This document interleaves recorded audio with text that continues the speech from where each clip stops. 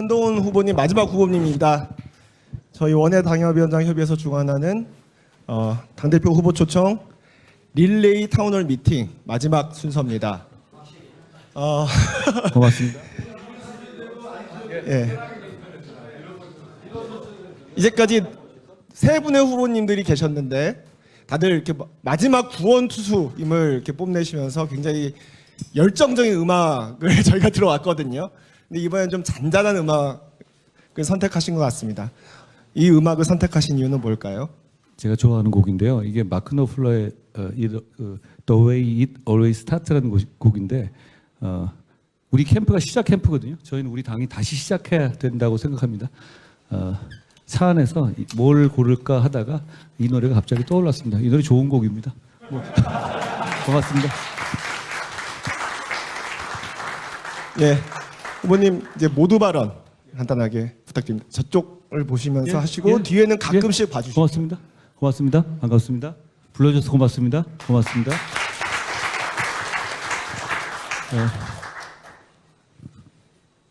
당원 동지 여러분, 그리고 지난 4월에 격전을 치르신 동지 여러분께 이렇게 뵙게 돼서 정말 감회가 새롭습니다. 그리고 마음이 뜨거워집니다. 저희는 정말 짧은 시간에 변화해야 한다고 생각합니다. 그 기회가 그렇게 길지 않을 거라고 생각하고요. 저는 그 변화의 시한을 앞으로 몇 달 남긴 동안 해야 한다고 생각해요. 저는 구체적으로 이렇게 생각합니다. 아마 9월, 10월, 11월 정도 됐을 때 이재명 대표에 대한 재판 결과가 1심 재판들이 슬슬 나오기 시작할 거거든요. 근데 재판 결과라는 게 사실 그렇습니다. 막상 다 그럴 거다라고 예상하더라도 하나씩 선고가 탁탁 나기 시작하면 요즘 말로 현타가 옵니다. 다들 이거 진짜 안 되겠는데?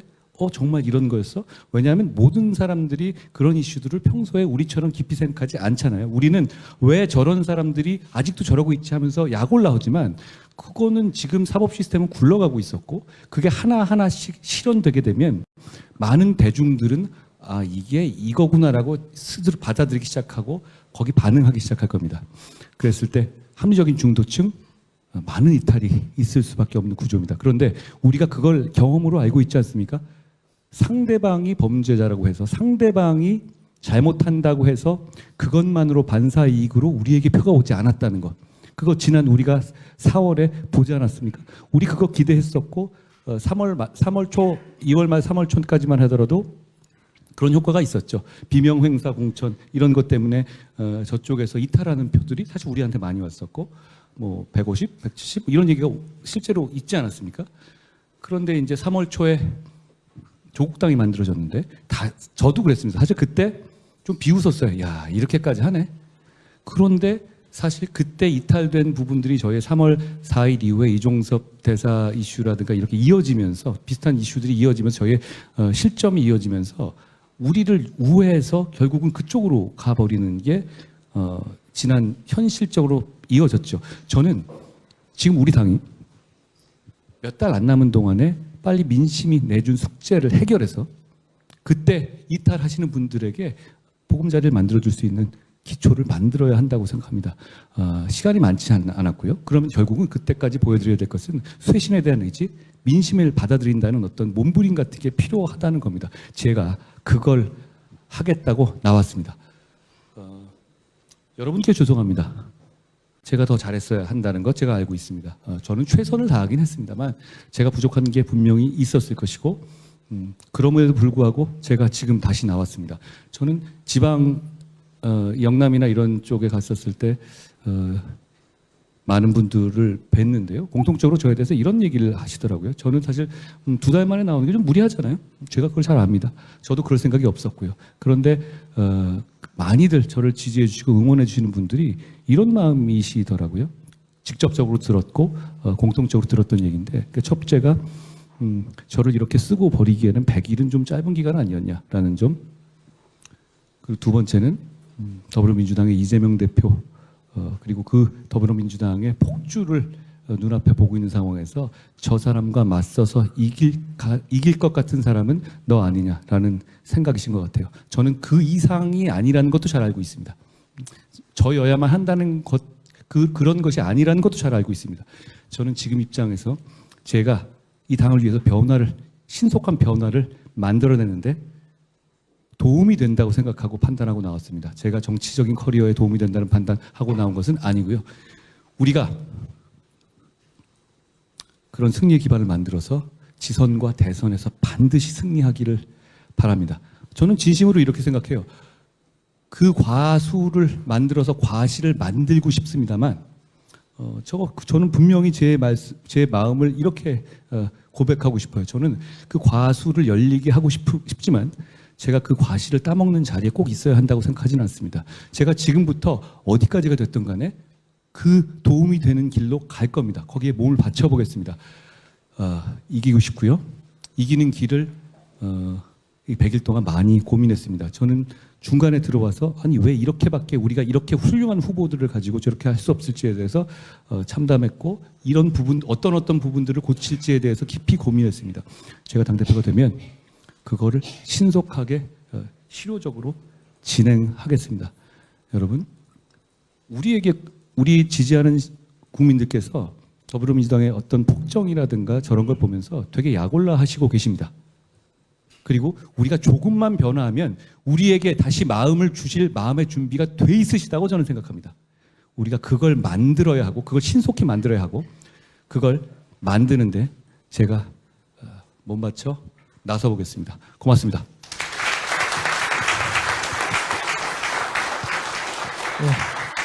지금이 민심이 대준 숙제를 풀 골든타임이다라는 취지로 말씀해 주신 것 같고 지금 공통질문으로 바로 넘어가겠습니다. 예, 첫 번째 공통질문입니다. 한동훈 후보님한테 즉시 효력을 발휘하는 법안을 낼 수 있다면 어떤 법안을 내시겠습니까? 저는 정당법과 정치자금법 만들어서 현장 사무소 바로 만들 수 있게 하고 정치 후원금 받을 수 있게 하겠습니다. 우리가 그게 필요합니다. 저는 이 안을 그냥 많은 분들도 얘기하실지 모르겠는데 저는 제 출사표에 제일 위에 넣었습니다. 그 이유는 저 스스로도 확실히 저를 옥죄기 위한 겁니다.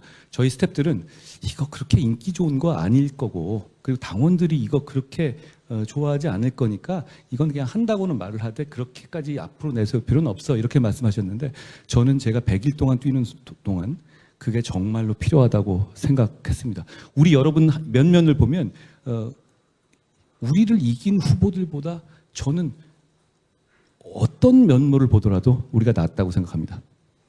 저는 입에 발린 소리를 아직 잘 못해요. 진짜 그렇습니다.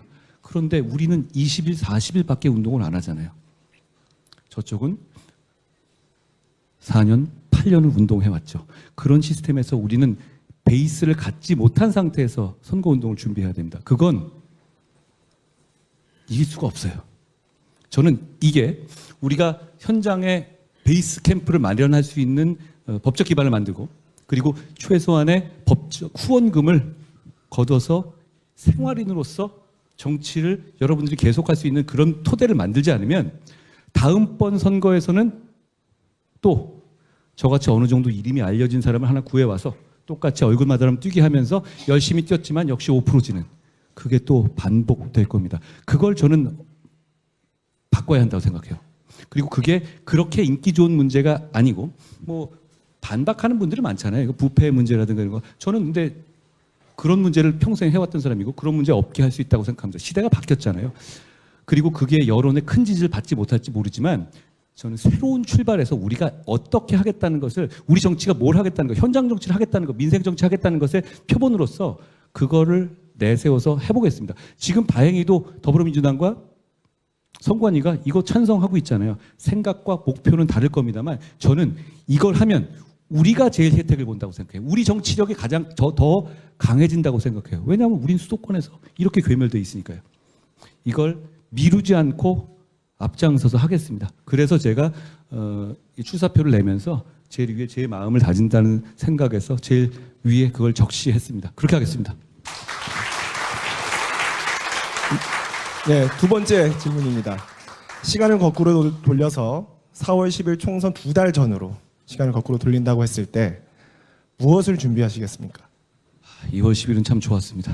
지금 2월 10일 생각하면 뭐 다들 뭐 아유 이거 뭐 과반이 어쩌고 막 이럴 때잖아요. 그 이후에 우리가 국민들께 여러 가지 실망을 준 이벤트들이 발생했죠. 근데 그 이벤트들이 아쉽게도 되게 괴가 같았어요. 소통의 문제, 그리고 뭔가 이거 그렇게 국민들을 그렇게 민심을 잘 다독이지 않네라는 식의 괴에 돌았단 말입니다. 우리가 이렇게 싫어하는데 왜 이종섭 대사를 귀국 안 시키지? 이런 뉘앙스의 얘기들이 반복되면서 이게 눈덩이처럼 커져버렸거든요. 되게 초딩 같은 얘기긴 합니다만 그때 돌아가면 그 이벤트들 앞에서 그 이벤트들이 일어나지 않게 뭐든 할 것 같습니다. 마지막 공통질문 세 번째 질문 드리겠습니다. 당대표 후보들 네 분이서 무인도에 떨어졌다고 가정합니다. 거기서 꼭 한 분과 팀을 이뤄 무인도를 빠져나갈 수 있다고 한다면 누구와 팀을 이뤄 가시겠습니까? 그리고 그 이유는 뭡니까? 저는 아까 뵀는데 윤상현 후보님이랑 갈 것 같아요. 전 다른 분들 뭐 많이 알게 됐는데요. 윤상현 후보님이 굉장히 재밌는 분이세요. 그리고 굉장히 솔직한 분이고 그 과정에서 그냥 날것의 대화를 즐겁게 할 수 있는 분이더라고요. 무인도 가서 둘이 있으면 심심하잖아요. 거기서 빠져나오고 안 나오고는 건 운명의 문제고요. 뭐 재밌게 지내는 게 좋을 것 같아서 저는 윤상현 대표님하고 후보님하고 같이 하겠습니다. 참고로 말씀드리면 윤상현 후보님은 원희룡 후보님을 고르셨는데 그 이유는 뭐냐면 섬 사람이라 빠져나가기가 좋을 것 같아요. 그것도 말이 되는데요. 예, 이렇게 공통 질문 세 가지 마무리하고요. 이제 당협위원장님들께서 후보님과 질문즉답하는 시간 갖도록 하겠습니다. 제가 호명하면 질문해 주시고 소속 지역구 말씀해 주시고 지금 당협위원장들만 질문하실 수 있습니다. 네, 장 위원장님. 잠시만 기다리세요.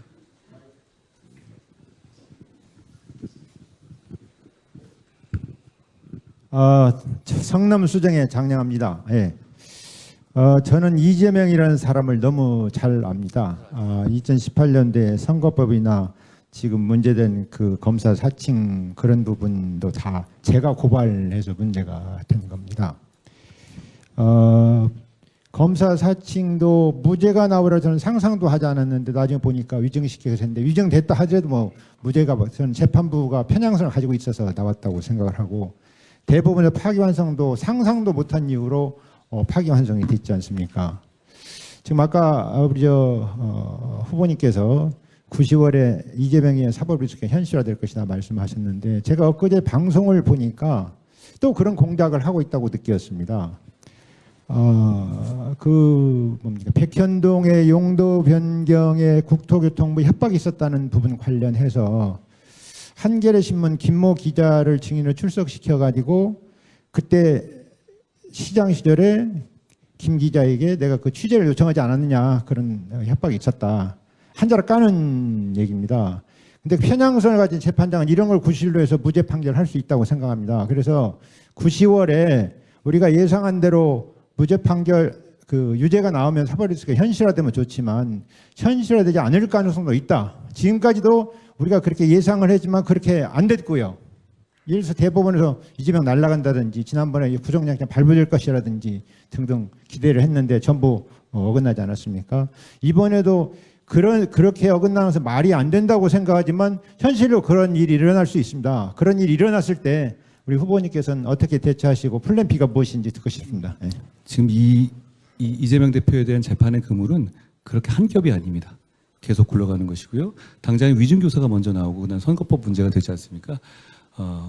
우리가 새로 진용을 갖춰서 그 부분에 대한 어떤 집중적인 문제 제기를 하면서 국민을 설득해야 합니다.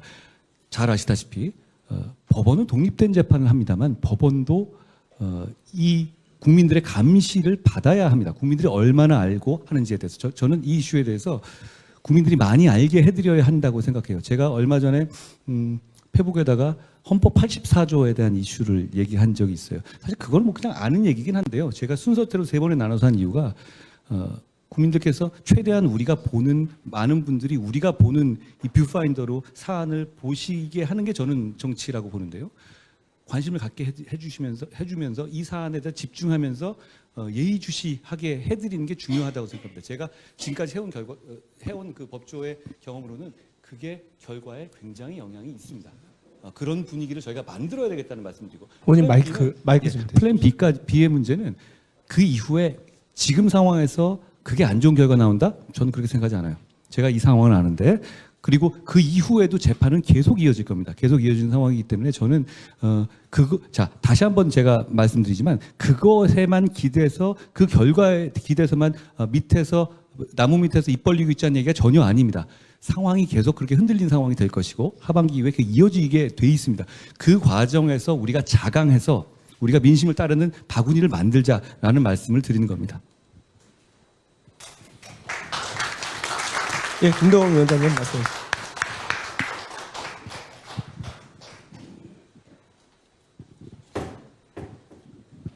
네, 청주 홍덕 김동원 위원장입니다. 예, 몇 달 만에 뵈니까 아주 더 반갑습니다만은 선거 기간에 3번을 청주를 내려오셨습니다. 참 이렇게 같이 호흡을 많이 했는데 제가 이제 궁금한 것 중에 하나가 3번 중에서 마지막 D-일주일을 남겨놓고 저희 청주 흥덕에도 와서 저랑 둘이 아주 힘찬 유세를 했습니다마는 그때 많은 그 청중들 앞에서 우리 한 위원장님께서 하신 말씀, 강조하신 말씀이 걱정 마라, 우리가 이긴다, 반드시 이긴다라는 말씀을 강조를 하셨습니다. 제가 생생하게 어떤 이 제스처를 썼는지도 기억이 납니다마는 결과가 아까 우리 무도 발언에서 이제 복귀를 했는데 이 반드시 이긴다라고 해서 결과치하고 큰 차이가 있습니다만은 이 내용을 그 당시의 상황을 충분히 알고 결집 차원에서 말씀을 하신 거일 수도 있고 정말 제대로 보고가 안 된 그런 상황일 수도 있고 이거는 후보 입장에서 굉장히 또 궁금하고 앞으로의 또 전략을 세울 때도 중요하기 때문에 제가 말씀을 드리고 간략하게 하나 더 추가를 하면은 제가 나경원 의원께도 질문을 했습니다마는 사전 투표가 문제 있다라고 얘기를 하면 우리 당내에서조차 조금 모자라는 사람 아닌가라는 그런 또 질타가 있는 게 현실입니다. 물론 한 위원장님께서는 지역구에 출마를 안 하셨지만 지금 그 사전 투표의 문제점 이것이 계속 끊이지 않는 상황에서 만약에 당대표가 되시면 이 사전 투표에 대해서 뭐래도 이게 좀 클리어하게 이 마무리를 줘야 될 필요가 있다 싶어서 제가 말씀드린 어떻게 하시고 제일 첫 이 해결책이 무엇이라고 생각하는지 묻습니다. 고맙습니다. 위원장님 그때 생각이 저도 워낙 풍채가 좋으셔서 저도 든든했던 기억이 납니다. 첫째로 3월 말 4월 초의 상황은 전국에서 90 아래였습니다. 90 아래였고 해운대도 5% 7% 지는 상황이었고 대단히 절실한 상황이 됐습니다. 그러니까 선거가 부산 경남 위주로 다시 한번 원래 저희 당은 그렇게 안 하잖아요. 부산 경남이었잖아요. 마지막엔 수도권 정도로 가게 되는데 그대로면은 정말 200석 무너지는 상황이었어요. 그리고 그 추세가 게다가 4월 1일 그 담화 이후엔 더 추세가 다시 그 전까지 약간 올라가 회복되는 기미가 있다가 다시 꺾여 내려갔거든요. 절망적인 상황이었고 저희가 그 상황에 대해서 물론 제가 정확하게 말해서 이랬을 겁니다. 한 표 부족하다고 이렇게 얘기했었습니다. 뭐 틀린 말은 아니잖아요. 모두가 한 표씩 더 주시면 이길 수도 있죠. 그렇지만 현실적으로는 대단히 어려운 상황이었고 그 상황에서 목표는 200석을 막는 걸로 바뀐 상황이었습니다. 제가 그거 기억나시나요? 제가 마지막에 특히 한 4월에 다닐 때는 정말 하루에 17개씩 다녔거든요. 점심 저녁 안 먹고 다녔습니다. 그때는 제가 어떤 느낌이었냐면 야 이거 진짜 200석 무너지면 정말 나라 망하는데라는 절실함이 들더라고요. 하나 그걸 위해서 뭐든 진짜 해야 되겠다라는 생각. 또 하나는 우리는 질 텐데 우리는 크게 질 텐데 지는 모습을 어떻게 보여드려야 하는가에 대해서 저는 고민했어요. 우리 지지자들이 희망을 갖기 위해서는 우리가 정말 그래도 그 시점에서 마지막 모습이 힘을 다하는 걸 좀 보여드려야 하겠다라는 절실함이 있었습니다. 상황이 어려웠던 게 분명하고요. 그 상황이 뭐 이런 말 하잖아요. 뭐 이조 심판론 이런 얘기도 하죠. 그게 약간 맥락을 섞어서 말씀하시는 거예요. 3월 말에 후반에 나온 얘기잖아요.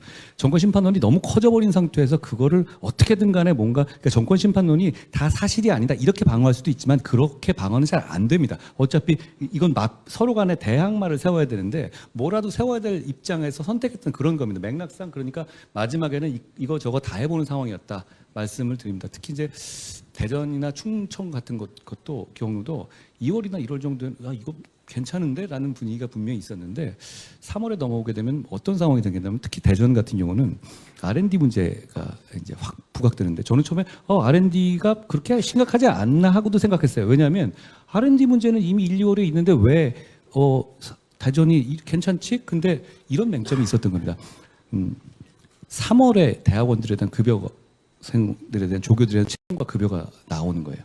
그러니까 그 전까지는 R&D의 얘기는 R&D 그래 뭐 이거는 정책적인 문제인데 3월이 들어 3월 중후반이 되면 어떻게 되냐면 이거는 해고당하는 사람과 그리고 급여가 줄어드는 그 피부로 다 나오는 결과가 확 나오기 시작하는 거예요. 그렇게 되면서 대전 같은 경우 충청도 역시 큰 영향을 받았지만 전부가 그냥 파랗게 변해 버리더라고요. 그리고 그 격차가 도저히 극복할 수 없을 정도 상황이 되고 상황이 되게 여러 가지 안 좋은 상황이 누적됐다는 점을 말씀드립니다. 그럼에도 불구하고 더 잘했어야 한다는 책임감을 느낍니다.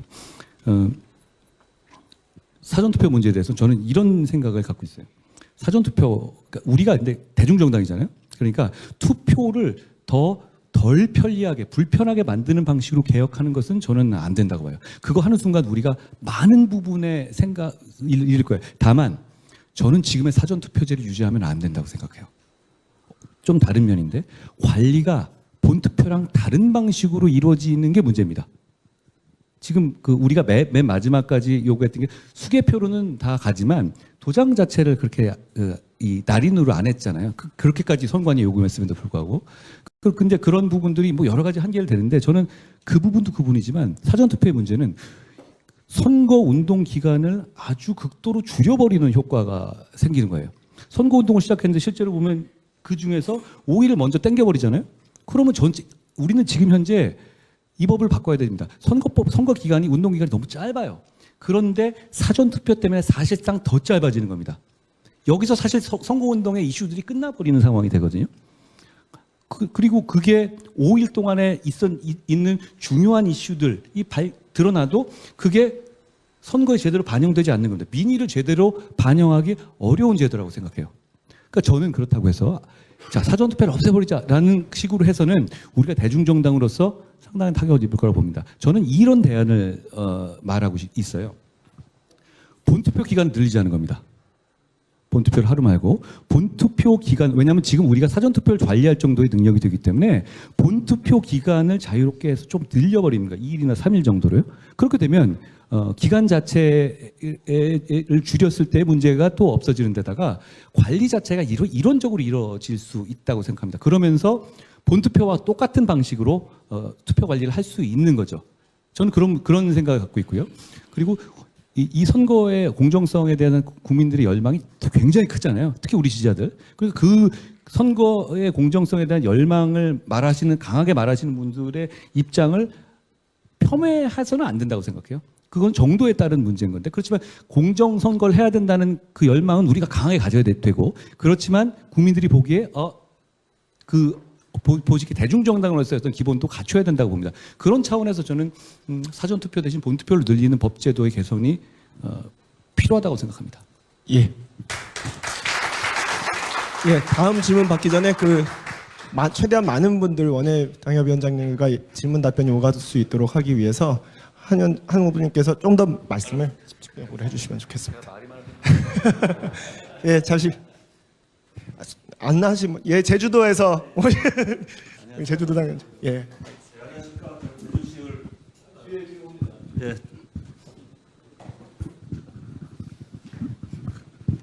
제주시의 당협위원장 김승국입니다. 연일 이제 수고 많으십니다. 정말 이번 선거에 수고 많이 하셨는데요. 우리 제주도의 지역적인 상황을 이 자리에서 말씀을 안 드릴 수가 없습니다. 우리 제주도는 특성이 지역구가 3개밖에 안 되긴 하지만 꼭 그 4.3 추념식에 연관해서 선거가 꼭 잡혀 있습니다. 그래서 늘 우리가 불리한 입장이고, 그다음에 이번 선거에서는 4.3 때 또 그 이전에 오신다고 했다가 뭐 일정이 그래서 못 오셨고, 중앙에서 아무런 지원 유세도 없었고, 그래서 우리 당원들조차도 우리를 너무 홀대하는 거 아니냐. 그래서 상대 당에서도 우리 국민의힘이나 우리 윤석열 정부의 제주 홀대론을 가지고 우리를 엄청나게 공격을 했기 때문에 우리는 힘 한 번 쓸 수 없이 그냥 무너졌거든요. 그래서 지난 일을 제가 뭐 복귀를 해서 뭐 말씀을 드리는 건 아니고, 앞으로 당대표가 되신다면 저희처럼 소수지만 희망을 가지고 우리 국민의 힘을 지지하는 당원들을 위해서 어떤 방문을 먼저 해주신다든가, 또 어떤 그런 특별히 배려해주는 그런 정책들, 아마 호남도 마찬가지일걸요. 예, 그런 부분들에 대해서 또 물론 수도권 중심의 그런 부분도 중요하겠지만, 또 소외에 대한 지역이 소외에 대한 마음 갖지 않도록 하는 그런 정책을 해 주십시오 부탁도 드리고, 또 그에 대한 의견 좀 부탁드리겠습니다. 사실 수도권 중심으로 한다는 것이 다른 곳을 포기한다는 얘기는 당연히 전혀 아닙니다.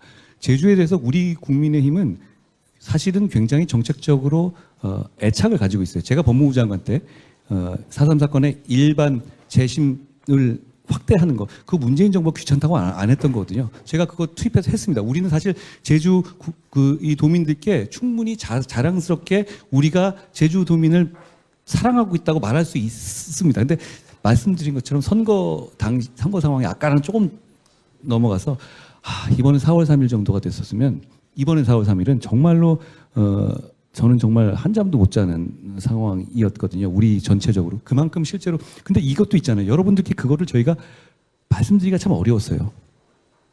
그러니까 이렇게까지 지고 있다는 정도, 그러니까 이게 뭐 비슷한데 지고 있다는 정도까지는 괜찮은데, 이렇게 80, 90이라는 거가 우리 우리 지지자한테 알려졌을 때 저는 투표율이 투표를 포기하시는 상황이 생기지 않을까를 굉장히 걱정하는 상황이었고, 절실한 상황이었기 때문에 제가 4.3 때 제가 간다고 했다 못 갔다 그랬지 않습니까? 저희도 고민을 많이 했는데 대단히 죄송하게 생각합니다. 다만 제주도민들에 대한 저희의 사랑과 역시 사랑을 말로 하는 건 아니잖아요. 실제로 정책을 놓고 보면 우리 보수당이 대단히 현실적이고 좋은 정책을 제주민에서 많이 하고 있다라고 생각합니다. 하지만 더 배려해야 된다는 점에 대해서는 제가 100% 공감합니다. 그렇게 하겠습니다. 자, 여기 위원님.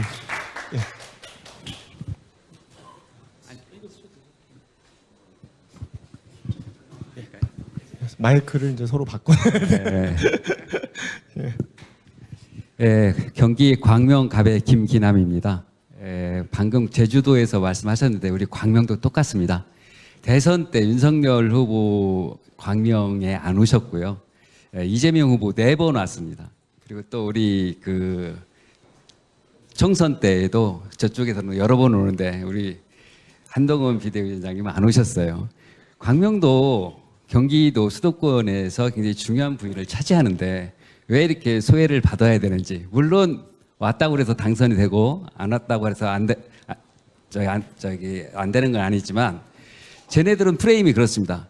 니네 당은 중앙당에서도 버린 정당 아니냐, 우리 그 이재명 후보 4번 왔는데 니네들 한 번도 안 왔다, 이런 프레임을 쓰고 있습니다. 다음에는 꼭 좀 그렇게 좀 그런 말 안 듣도록 해주시고요. 그리고 지금 선거법에 보면 선거법 재판은 6개월 내에 끝내라고 돼 있는데, 그렇게 못하는 것이 보면 처벌 조항이 없어서 못한다고 합니다.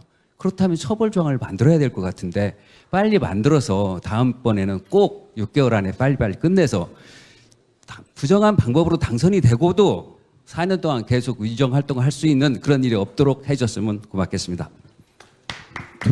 두 말씀 모두 100% 공감하는 말씀이고요.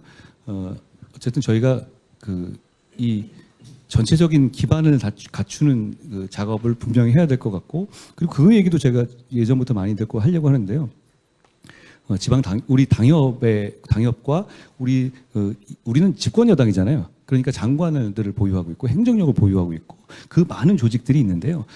우리 당선되지 못한 당협 위원장들께서 그런 우리의 이 장차관들, 그리고 행정 조직과 많은 연계를 할 수 있고 방문할 때도 충분히 이 예우에서 할 수 있도록 저는 당대표가 되면 그걸 하려고 합니다. 당대표 장관, 그러니까 의원을 거기 가서 남의 당 의원 만날 게 아니라 역시 우리 당의 당협위원장들을 이 정책의 파트너로서 존중하고 함께 일할 수 있도록 그 부분을 저는 처음에, 그러니까 제가 장관할 때 보면 그걸 잘 안 하는데 저는 몇 번 해봤거든요. 근데 그게 좋은 일들이 많아요. 근데 제가 장관으로 가보면 내가 왜 여기서 민주당 의원들하고 이러고 있지 하는 생각이 자꾸 들었어요. 그러니까 그분들은 되게 좋아한다고요. 그게 사진을 막 나오잖아요. 근데 그래서 저는 몇 번은 그렇게 모신 적이 있었는데 그걸 저는 좀 공식적인 시스템으로 해야 될 필요가 있다고 생각합니다. 우리 정부가 갖고 있는 지금 가장 큰 시스템은 그 핵심은 실력은 정권을 잡고 있는 거거든요. 저는 그걸 잊지 않겠어요. 우리가 정권을 잡고 있어요. 자꾸 까먹는데 국회에서 밀리지만 우리가 사실 집권하고 있거든요. 그럼 집권하고 있는 인프라를 이 현장에서 정치하고 있는 분들과 함께 시너지를 낼 수 있는 구조를 만드는 그걸 만들어야 된다고 생각합니다. 제가 장관 해봤는데 그게 별로 어렵지 않거든요. 그냥 관행적으로 그렇게 안 했을 뿐입니다.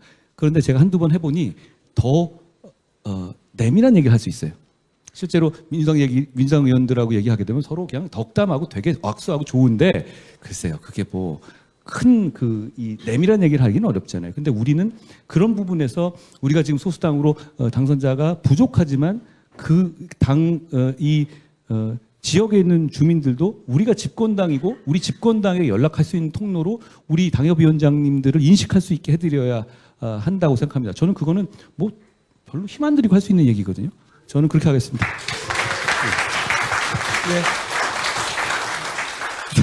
예, 저기 오늘 여성분 강원도 예. 춘천갑의 김혜란 위원장입니다. 잘 지내셨어요? 네. 네.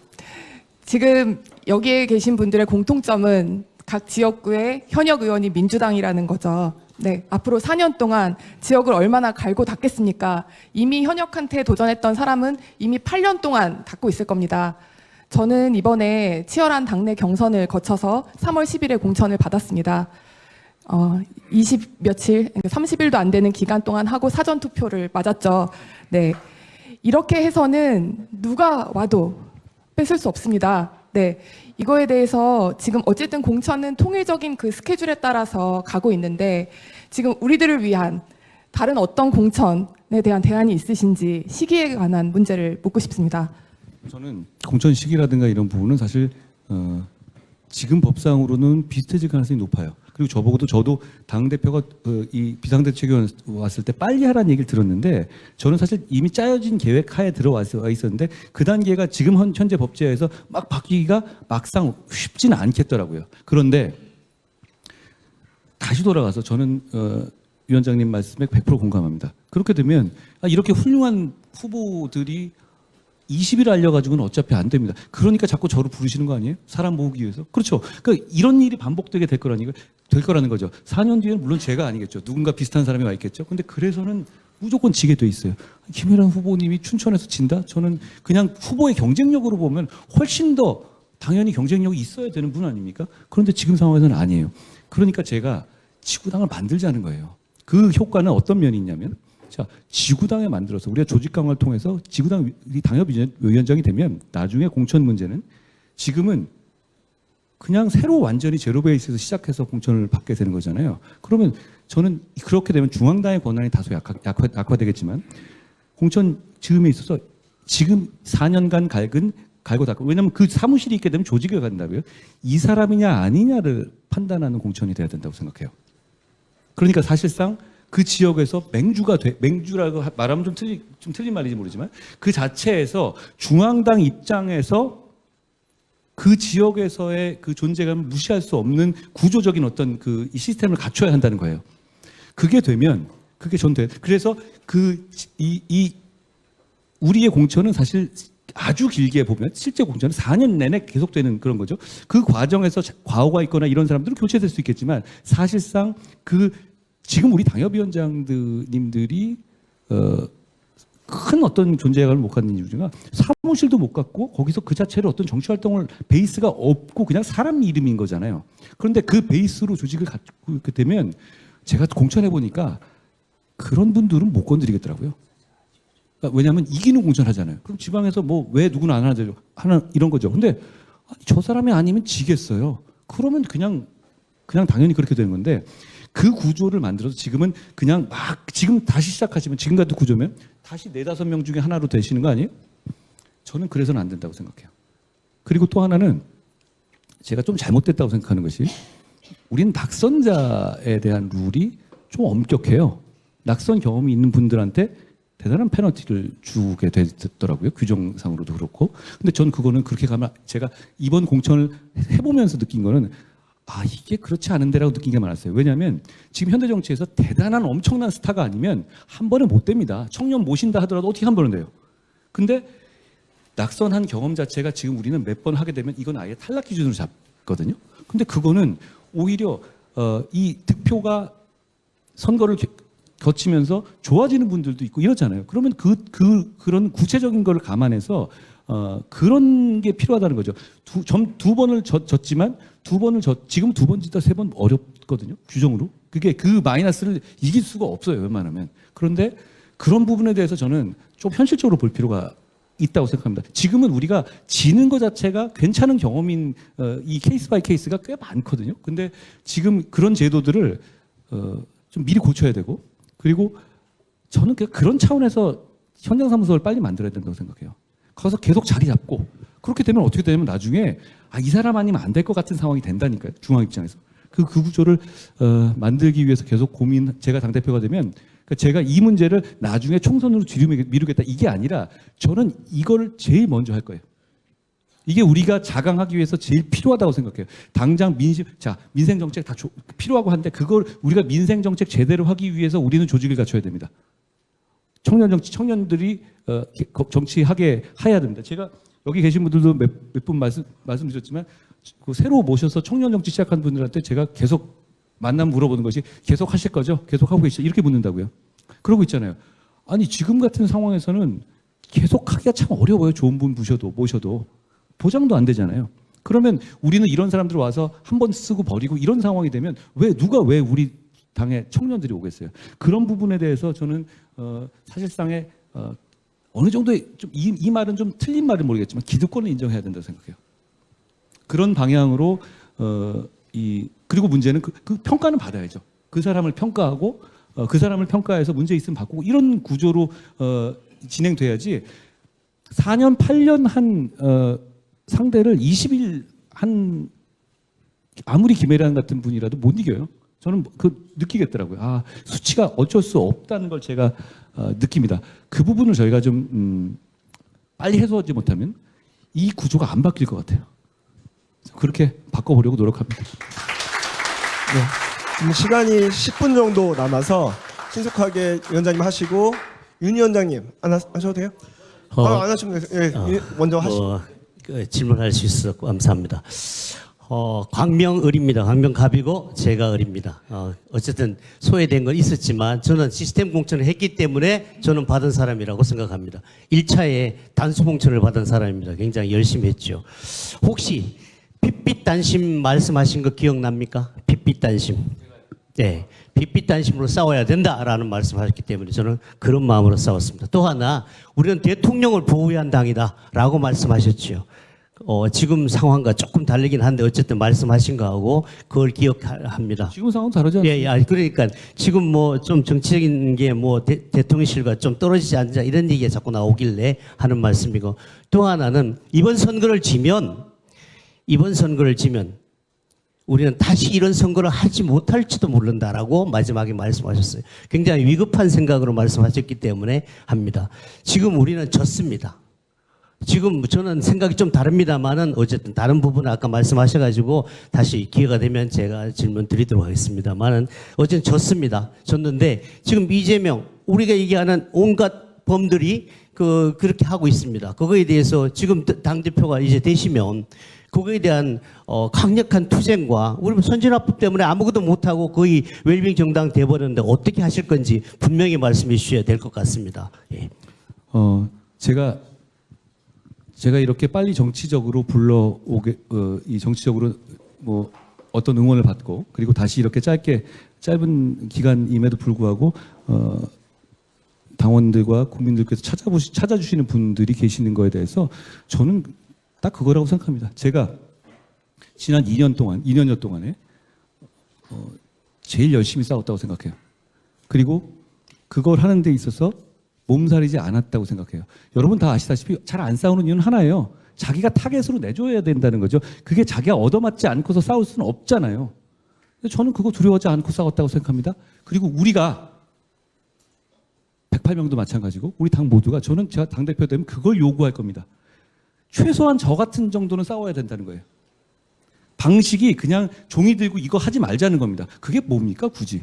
그 뭐 효과가 있어요? 그게 안에서 드나 밖에서 드나 다를 게 있나요? 저는 그게 아니라 어떤 방식이 됐든 간에 직접적으로 각자 뛰는 정당이 돼야 한다고 생각해요.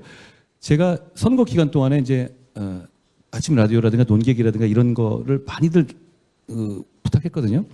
저희는 근데 좀 부끄러운 말이지만 이 얼굴이 알려지고 이름이 알려진 분들이 그런 거에 소극적이십니다. 잘 안 하시려고 그래요. 일각에서 저한테 얘기했죠. 저 원톱으로 얘기했다. 저도 저 혼자 하기가 싫었다니까요.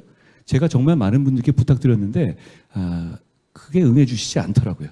그러니까 그거에서 나서게 됐었을 때 분명히 백래시가 있어요. 그러니까 그런 부분들을 우리는 전체적으로 좀 두려워하는 정당처럼 돼버렸습니다. 그러니까 우리를 비판하는 우리의 지지자들이 대단히 치욕적으로 하는 말이 웰빙 정당이라는 말이잖아요. 저는 그 부분을 타파해야 한다고 생각하고 저는 그 부분을 타파하기 위해서 그래도 제일 검증된 게 저라고 생각하는데요. 저는 그 상황에 따라서 맞게 단순히 모여가지고 원오브댐으로 싸우는 문제가 아니라 각각 싸워야 돼요. 저희는 108석이 있고 그리고 이 우수한 원외전당들이 있기 때문에 캐릭터로 개인이 싸워야 되는 상황이 큽니다. 같이 모여서 스크럼 짜봤자 선진화법 때문에 할 수 있는 건 한계가 있어요. 그런 걸로 각계 전투력을 발휘하고 그런 과정에서 우리가 민심을 얻어야 돼요. 저는 그렇게 생각합니다. 민심이 결국은 저쪽을 심판하는 방향으로 옮겨갈 겁니다. 지금은 아직도 우리를 심판하는 모드로 남아 있어요. 아직 끝나지 않았다고 생각한단 말입니다. 그러면 그거를 저희가 빨리 변화를 보여드려서 우리가 저 민심과 함께 저 집단을 때릴 수 있는 그런 위치로 바꿔야 한다고 생각합니다. 저희는 그거 할 수 있다고 생각해요. 그리고 그 결기를 가지고 있습니다. 저는 사실 싸우는 거 싫어하거든요. 뭐 이상하게 생각할지 모르지만 진짜 싫어합니다. 저는 저나 제 주변에 있는 사람들이 정말 친절하고 착하고 좋은 사람이었으면 좋겠습니다. 저도 그렇고요. 근데 저런 세력을 앞에 두고 나라를 해롭게 하는 세력 앞에 두고서는 절대 물러나지 않을 생각입니다. 여러분도 같이 해주시면 제가 됐었을 때 저는 우리가 이길 수 있다고 생각합니다. 우리가 명분을 가지고 민심의 편에 서고 그리고 지금보다 조금 더 변화하려는 몸부림을 보여드리면 저희의 때가 진짜 온다고 생각합니다. 그런데 지금 우리가 이 변화의 시기를 놓치고 그냥 이 정도도 괜찮다라고 수비수 늘리는 전략으로 가면 저희는 이제는 어려워지는 상황이 될 거라고 저는 생각합니다. 제가 더 노력하겠습니다. 감사합니다. 지금 이제 시간이 얼마 남지 않아서 또 공통질문 아닌 공통질문을 드려야 되겠습니다. 지금 현안이 하나 있는데요. 나머지 세 분 후보님들에게도 똑같이 드린 질문입니다. 뭔지 알겠어요. 예. 김건희 여사님 문자 관련해서 여러 가지 갑론을박 논쟁이 벌어지고 있습니다. 그것에 관해서 한동훈 후보님의 입장을 좀 정리해서 말씀해 주시죠. 갑론을박이 아니라 제 얘기니까 이건 갑론을박이 아니니까 제가 설명드리죠. 일각에서 이렇게 얘기하지 않습니까? 제가 사과를 막아서 선거를 졌다? 그렇죠? 전 그렇게 정치 아무리 좀 막해도 그건 너무 우스운 얘기라고 생각해요. 왜 그러냐면 첫째로 1월이잖아요. 1월 우리가 1월부터 3월 초까지는 날아다녔습니다. 기억 안 나세요? 그것 때문에 졌다는 일단 구조 자체가 안 나오고요. 둘째로 저는 김건희 여사님의 사과가 정말 필요하다고 생각했어요. 그러니까 제가 공개적으로 사과가 필요하다. 그러니까 눈높이에 맞지 않다는 얘기를 했죠. 좀 완화시켜서. 그 다음에 대통령실에 대해서 저도 그렇고 저희 우리 당의 간부들이 사과가 반드시 필요하다는 강한 의사를 계속 전달하고 있던 상황이었습니다. 그 과정에서 대통령실에서는 반대 그게 아니다라고 강하게 저의 생각을 반박하고 있는 그런 상황이었죠. 그 과정에서 1월 20일 날 그런 상황에서 사실 저도 믿기지는 않았습니다만 저에게 사퇴 요구가 있었던 겁니다. 바로 그 과정에서 있었던 거거든요. 그러니까 뭐냐면 사과를 제가 강하게 요구하고 있고 대통령실에서 저에 대해서 제 의견을 반대하는 상황에서 있었던 사적인 문자였어요.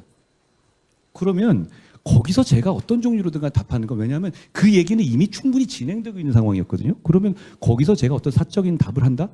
저는 오해가 될 거라고 생각하고 공적 문제를 그렇게 풀면 안 된다고 생각했습니다. 그리고 그 이후에 뭐 몇 번 이런 것도 마찬가지고, 그건 그 이후에 제가 사퇴 요구를 받았던 그 파국이 난 이후 얘기예요. 근데 그 이후에도 저는 계속 사과가 필요하다는 의사를 전달했죠. 2월에 대통령님의 KBS 회견이 있었잖아요. 그 즈음에도 저는 어떤 종류든 간에 국민의 눈높이에 맞는 사과 표명이 있어야 한다는 걸 강하게 요청을 드리는 상황이었습니다. 물론 받아들여지진 않았습니다만. 그런 상황이 되고 있는 거기 때문에 거기서 제가 답을 안 해서 사과를 안 했다? 저는 이해하기 어려운 얘기고요. 그리고 원 후보나 이런 분들이 뭐 그걸 제가 안 받아줘서, 아니 저는 이렇게 묻고 싶어요. 그때 원희룡 후보나 나경원 후보 사과가 필요하다는 한마디라도 했습니까? 안 하셨잖아요. 그런데 지금 와서 제가 사과를 못 끌어냈다? 아니 무슨 말이에요? 저는 이렇게 사과를 해야 된다고 이렇게 적극적으로 나서다가 사퇴 요구까지 받았는데, 그리고 그 이후에도 계속 사과가 필요하다는 뜻을 전달했잖아요. 그거는 이 6개월밖에 안 된 일이잖아요. 그러면 이거를 이 시간이라든가 이런 걸 기억 조작에 가까운 일이에요. 그 즈음에, 그리고 소위 말하는 지금 그 얘기를 제시하는 분들은 절대로 사과하면 안 된다는 강한 목소리를 내고 있었잖아요. 저는 그 상황을 보시면 어떤 상황인지 충분히 이해하실 거라고 생각하고, 다만 제가 지금 걱정하는 건 뭐냐면 이게 6, 7개월이 지난 얘기인데 지금 이 시점에서 저를 막기 위해서 이런 사적인 문자를 이 공개적으로 이 전당대회 장에다 올린다? 전 국민들이 정말로 걱정하실 것 같아요. 이건 일종의 당무 개입이자 전당대회 개입이라고도 생각할 수도 있거든요. 지금 우리가 이런 거 할 때입니까? 저는 이 부분에 대해서 참 우려한다는 말씀을 드립니다. 예. 마지막으로 시간이 얼마 남지 않았으니까 마무리 발언 바로 이어서 하겠습니다. 즐거운 시간이었고 이렇게 가운데 쓰니까 참 독특합니다. 여러분 한 분 한 분 뵈니까 저희가 추운 겨울날 같이 뛰었던 그 동지애가 느껴집니다. 저희가 이기는 당으로 탈바꿈하는 것은 우리 자신을 위한 게 아니라 대한민국을 위한 거라고 생각합니다. 저는 지금의 위기를 극복하기만 하면 우리의 시간이 온다고 생각합니다. 제가 비전 발표에서 이런 얘기를 했거든요. 3대 0으로 지고 있는 후반에 우리는 뭔가 할 수 있는 걸 해야 되고 포메이션을 바꾸고 공격수를 늘려야지, 수비수를 늘리거나 아니면 지금 그대로 좋다라고 하면 무난하게 질 겁니다. 저는 우리가 민심이라는 내비게이터를 보면서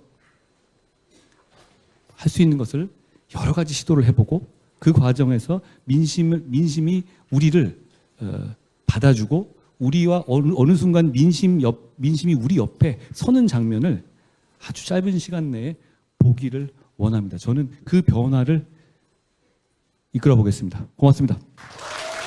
예, 감사합니다. 한동훈님 큰 박수 부탁드립니다. 예, 마지막 순서인데요. 삼행시 순서입니다. 저희 당협위원장님들이 모든 후보에게 힘을 드리는 차원에서 같이 이렇게 한동훈을 외쳐줄 겁니다. 그때 한 하면은 나오시면 됩니다. 준비되시죠? 제가 하나 둘 할까요? 하나 둘 셋 할까요? 하나 둘 셋 할게요. 자, 하나 둘 셋. 한 걸음씩 여러분과 함께 가겠습니다. 하나 둘 셋. 동지입니다. 우리는 동지입니다. 하나 둘 셋. 훈훈한 국민의힘을 만들고 민심의 길로 같이 나갑시다. 고맙습니다. 예, 감사합니다. 큰 박수 부탁드립니다. 한동훈.